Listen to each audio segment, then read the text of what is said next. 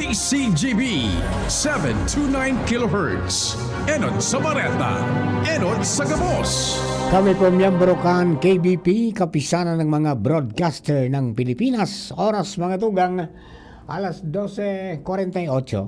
An oras hatod sa Indokang Liver Aid Silimarine Capsule. Liver Aid, it's liver or lover, boys. Brought to you by Knorr. Pag Friday na, Monggo Time na with pork cubes. May sarap ng 1 kilong pork in just 1 cube. Mga tugang, iskaramusa na sa DCGB! Ano nata? Iskaramusa na sa DCGB! Escaramuza, istorya sa kakanan, mano-mano sana, Marina, intra na sa Escaramuza. Name, wala po si Mama Angel. May family day si Mumay. Kaya kita ko na po mag-iribanan. Iyan po tabi, adi. Sa mga kababayan natin nung naganap sa akin kahapon, pasensya na po at severe gout attack ang nadali kita. Hindi tayo, hindi kinaya so kulog kuya. Minuli ako. Mga alas 5 na ako, nalbala ka na kayo ni tao ni kay BP Henry. Tapos sa pangalas siting barita. Kaya baka na ako mag-aloy pa din ako makalakaw. Yung pag-abot ko ng gadsarong kuya, nagkamang na ako. Litsirong chowfan. Anday na ako makaungkaon mas kinuarin. May may oyster sauce pa. Sus Mariosi pa rin. Mas kanong kalilikay ta. Pangyari. Oy, mga kababayan natin, nagabot ang presidente ng Pilipinas, mga tugang, duman sa, sa Camarines Sur. Ha? And, nagkagawa ng pagkakataon, mga tugang, si acting Governor Glenn Daong Bungao, na mag-report sa presidente. As in, in-report niya mga tugang ang mga kaipuhan na ansaro sa naunambitan mga tugang duman, mga tugang iyuan food packs, mga sleeping kits, water containers, temporary shelters, heavy equipment for road clearing and clean-up operation, medicines as in hygiene kits. Yan so mga pinagunambitan mga tugang ni Ma'am Glenda. Duman po sa sa pagbisita kang presidente sa Camarines Sur. And after that, nagtaonin cheque na 50 milyon pesos si Presidente Marcos para po magamit bilang dagdag duman sa itinagama ng nasa 46 million yata yung tinagama kang probinsya, di ba? So may dagdag na 50 million para magamit. Sa Naga tinawan ng 30 million mga tugang ni Presidente. So si Mayor Legacion, no? So yan po tabi ang initial na nakalap natong information mga tugang duman po sa sa pagbisita kang presidente. 50 million financial assistance for the province of Albay due to the impact of Typhoon Christine. Tapos ini po mga tugang personal na itinao ni Presidente Bongbong Marcos Jr. kay Acting Governor Glenda Ong Bungao sa Naga City Hall Conference Room. And then, tinawan mo ng 30 million mga tugang si, Mayor Legacion kang Naga City. So, yan ang initial na mga pangyayari, mga, mga pigtaong ayuda. And then, yan po tabi. Ang sabi ni Acting Governor Glenda kay Presidente Bongbong Marcos, total of 1.39 billion pesos ang damage na tinampo, as in mga tulay, 3,203 ang partially damaged na mga harong, as in 571 ang totally damaged na mga harong sa 18 local government units sa probinsya. And may estimate na 10.1 million ang nai-record na damage sa agrikultura. Kaya yun, ang mga immediate na pangaipok ang 92,022 na apektadong mga barangay sa probinsya o pamilya, apektadong mga pamilya sa probinsya.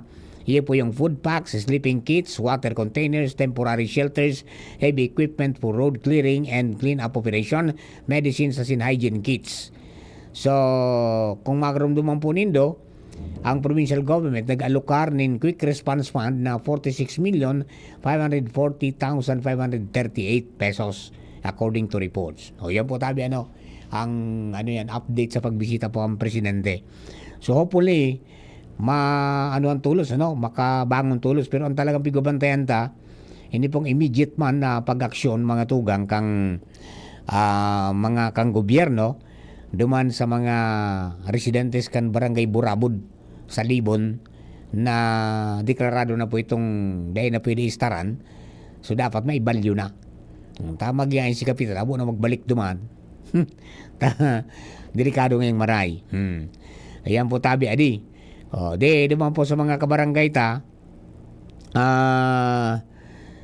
yung kanina, sana ma-revisit man na gini, maadalan ning maray, mga tugang, mahiling ini, kan mga otoridad kan DPWS particular, yung pong pigtatrabaho dyan sa, sa Gugun, ito po na pigibo ba dyan na drainage system, sa Gugun Bypass Road, tayo yung pigsasaot ka mga residentes na dahilan kang pagba sa inda, dyan sa sa mga kaharungan, sabi sinulat. Yan po tabi adi. Talagang nagkausap po ng inconvenience dan po sa sa mga kababayan niya na nag-start po sa lugar na yan. Kaya po sana ngaya yan yung ginibo o so bulos nga nida makabulos sa tubig, naggibok ki bypass canal across the road. Maski nga naigwa ng kanal, dito man sana nagbulos na tubig, stagnant mang giraray na pwede magkaw sa kielang. Buda pag-uran, pag nag-uran, kimakusog, maapaw man. Kausa po ini kang grabing traffic, lalo na tama, undas. Ini po nga yung impul kang palpak na patrabaho kan gobyerno. Basta sa nga magibo. Nagibulugod perwisyo, kaya mga tao dapat magbantay tas hindi napiktado. Yun ni sa mga sentimiento mga tugang ka mga kababayan nato na first time nga ito nabina kami dahil mga dibigo ba ang ginibusan ng nga saka lang ngaya ay pangyayari sa mga baka. Yan ba sana po pagkatapos kayo niya pagkatapos kang clearing, pagkatapos kang assess yung mga projects na yan, tabaka nga may problema tayo, di ba? Dahil naadalan maray. Nagkausalugod ng inconveniensya. Yun na po yan. Parang parang yung mga patrabaho mga tugang, dapat na hilinguntang maray, baka man anggad diyan na mga pigigibot o magparakaros kang bulod para gibo na tinampo. Na naging kausa para mabawasan ng mga kahoy.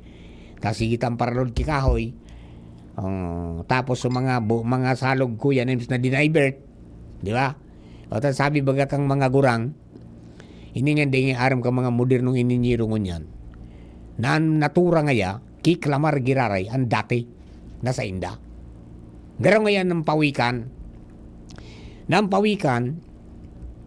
kung siya na namong nagminabalik yun mo inafilter yun nga yan mga tugang ang nature.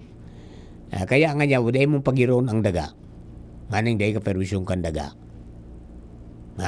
dahil mo nga pag hiroon ang kahoy ang salog dahil dahil ka pagperwisyon mga tugang kamba ang yari. Hello Kuya Des, good morning. Ay good afternoon. Good noon. Opo. Good afternoon Kumusta po dyan? Hubas na? Nahubas na kinalutanin na sutahaw kang tinambo. Uyan tinako pang ki bakal ang pagagi mo sige mo ang taga daw. Ayaw nagada ko diyan kasubago. Minalagata. Ang resulta naman kay ni traffic bata ma pista bagas ay kadaan. Naku, oo nga pala madali na. So, Ay, nag-create sus. naman sinda ki another problem. Dahil sa kapalpakan ninda. At dahil kumaraman kung sa'yo nag-aradal ang mga engineer na yun Iyo Okay, di. Laysa na kuya nista pagkatapos-tapos kayo ng mga pagkasiributan tata kuliton tayo DPWH. What really happened? Iyo, kuya noon, grabing kumbaga kapatalan talaga ang ginibo ninda digde. So ini lesson tabi ni sa gabos sa tuya ng mga tao na ang mga pigi-implementar na project ang gobyerno bantayan ta lalo na sa mga barangay officials. Yan. Taan nangyayari, sayang man sana ang piggagastong kwarta, nasasayang sana. Iyo ta kung dahil maning positibong epekto, negatibo lugod ang dara. Oo, baka usan nang nasayang nakapirwisyo palugod. Yan. Opo. Maray palugod dahil nasa nasinda naggibo kayan. Taday man dating araw kay nan napigbaha digdi okay, grabe. Ano yan kuya Nis? First time na nangyari yan dyan? First time. Naku. Ata hanggang kung dahil nanggan ninda linuho ining tinampo dahil ninda ginibuhang ki Cross Canal sa tinampo dahil mababa so tubig digde. Ay talagang may problema man ang sa patrabaho. Oh, ta. Dahil luwasan, nasulap. Sinulat ninda so gabos na dating pig-agihan kan tubig sinimintuhan mag-inibong so tinampo. Ay nako. Iyan talaga no. Sabi ko nga na duman sa mga kuyan, maski niya ako dahil kabag-adal ka engineering, common sense na ang garamiton ta. Iyo. Saka dapat din garuso barangay talaga umiro man dyan. Oo, kaya dapat ko ta, ang mga, dahil man dapig paaram kayo ni sa barangay. Pangyari, adi. Basta sana tuminuki-tuki dyan. Okay, sabi ko man sa mga barangay official, magbantay man ka mo. Kung kunya ako barangay official, dayan magpakapatrabaho dyan kung dahil koordinasyon sa ko. Ipapo din da dyan sa pagtiripo ninda, pa-explain ka ron ninda anong nangyari dyan. Iyo, pero baga so, basta ka sa namalaog digdi sa compound, kumapatrabaho ka digdi. Ano ang patrabahon mo? Iyo, baga po. Explain ka ron mo una sa ko. Yes, so. Babantayan ko anta. Kuyan ko bagay ni teritoryo ko ini kung ako ang kapitan, ako ang mga official kang baryo.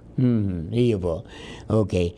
Sige po tabi, kuya ni salamaton sa mga pig-share po nindo. Dakula ko na bagay po ini para mag-iyaan taman sindali. Okay po.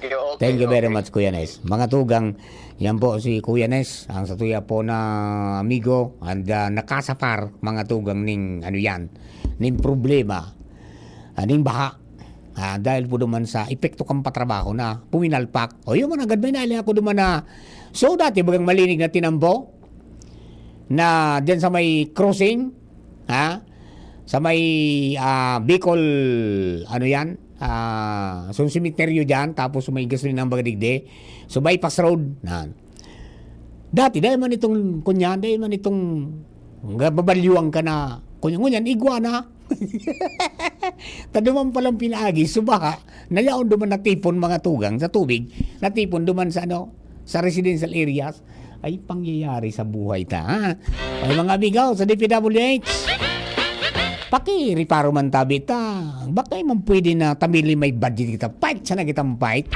Tabi baga nindo, build better. Payong nangyari po, negatibo. Kaya perwisyado sa mga tao. Okay, o paano mga kapatid? Ay naku, inabot kita ng batingting. Salamat po sa pagkantabay. Hanggang sa Lunes po, tabi. Girare, happy weekend. Mula ng pandemya, maraming nabago sa aming pamumuhay. Maraming naghirap, nagutom at nawala ng trabaho. Ngunit sa panahong iyon, hinikayat kami ni